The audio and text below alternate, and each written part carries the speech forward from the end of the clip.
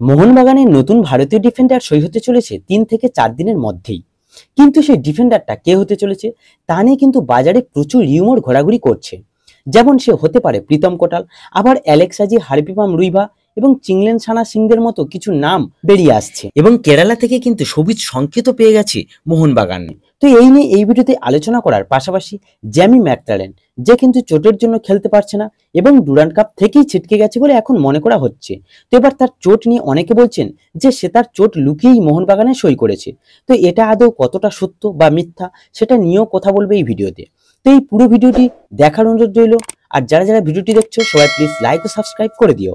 তো প্রথমেই যদি আমরা জ্যামি ম্যাকলারেনের কথায় আসি, তো জ্যামির যে চোটটা লেগেছে অর্থাৎ ঘাড়ে, সেই চোটটা কিন্তু ইন্ডিয়াতে এসেই তার লেগেছে। সে ওয়েট লিফটিং করতে গিয়েই মূলত চোটটা লেগেছিল এবং সেটা মেরিনার্স এরিনার তরফ থেকে জানানোও হয়েছে যে সে কোনো চোট নিয়ে ইন্ডিয়াতে আসেনি। এবার তার চোটটা দেখে প্রথম ডাক্তাররা ভেবেছিল যে সামান্য চোট, 2-1 দিন বিশ্রাম নিলে ঠিক হয়ে যাবে, কিন্তু যখন সারলো না তখন সে মুম্বাইয়ে ভালো ডাক্তার দেখাতে গিয়েছিল এবং সেখানে ডাক্তাররা তার চোটের জায়গা পরীক্ষা করে দেখেছেন এবং তারা বলেছেন যদি জ্যামের চোটটা চটজলদি সারানোর চেষ্টা করা হয় তাহলে কিন্তু তার হিতে বিপরীত হতে পারে।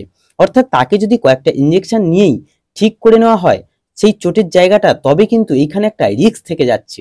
আর সেটা হলো পরবর্তীকালে এই চোট আবারও দেখা দিতে পারে, তাই ইঞ্জেকশনের মাধ্যমে এই চোট না সারানোই ভালো।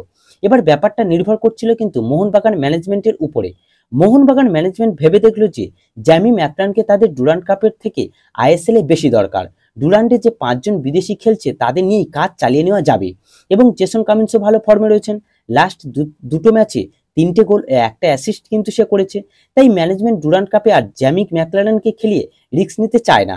তাদের লক্ষ্য কিন্তু আইএসএল, তাই তারা জ্যামিকে ধীরে ধীরে সুস্থ করে তুলতে চাইছে, কোনো তাড়াহুড়ো নয়। তাই যারা বলছে জ্যামি ম্যাকলারেন চোট লুকিয়ে ইন্ডিয়াতে খেলতে এসছে তাদের কিন্তু এটা ভুল ধারণা। জ্যামি যখন ইন্ডিয়াতে আসে তখন তার কোনো চোট ছিল না। অনেকেই আবার এক ধাপ এগিয়ে পোগবার সঙ্গে তুলনা করেছেন জ্যামির চোটটাকে, কারণ পোগবা তার চোটের কথা মোহনবাগান ম্যানেজমেন্টের কাছে লুকিয়ে মোহনবাগানে সই করেছিল, আর জ্যামিও ঠিক নাকি এটাই করেছে। তো এটা কিন্তু সম্পূর্ণ একটা ভুল ধারণা। তো আইএসএল শুরু হচ্ছে 13ই সেপ্টেম্বর থেকে এবং প্রথম ম্যাচেই কিন্তু মোহনবাগান নামছে মুম্বাইয়ের বিরুদ্ধে এবং ম্যানেজমেন্টের লক্ষ্য কিন্তু সেই আইএসএল। তাই আইএসএল এর আগে জ্যামি ম্যাকলারেনকে সুস্থ করার চেষ্টা চলছে।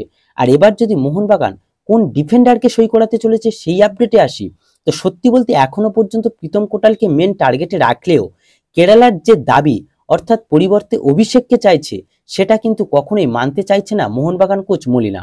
তাই প্রীতমকে ট্রান্সফার ফি দিয়ে কিভাবে আনা যায় সেই নিয়ে কিন্তু কেরালার সঙ্গে একটা কথাবার্তা বলা শুরু করেছে মোহনবাগান ম্যানেজমেন্ট এবং কেরালা থেকে কিন্তু একটা সবুজ সংকেতও পেয়েছে মোহনবাগান। এবার ব্যাপারটা হচ্ছে কেরালা থেকে যে সবুজ সংকেতটা পেয়েছে সেটা আদৌ হারমিপাম রুইভার জন্য নাকি প্রীতম কোটালের জন্য সেটা কিন্তু এখনো পরিষ্কার নয় এবং সেটা পরিষ্কার হয়ে গেলে অবশ্যই তোমাদের জানিয়ে দেব। এদিকে আবার অ্যালেক্স হাজির সঙ্গেও কথা বলছে মোহনবাগান, তবে অ্যালেক্স হাজিকেও হায়দ্রাবাদ ছাড়তে অতটাও ইন্টারেস্ট নয়, কারণ কালকের যে সূচি ঘোষণা করা হয়েছে সেই সূচি অনুযায়ী সামনের মরশুমে হায়দ্রাবাদ আইএসএল এ খেলবে।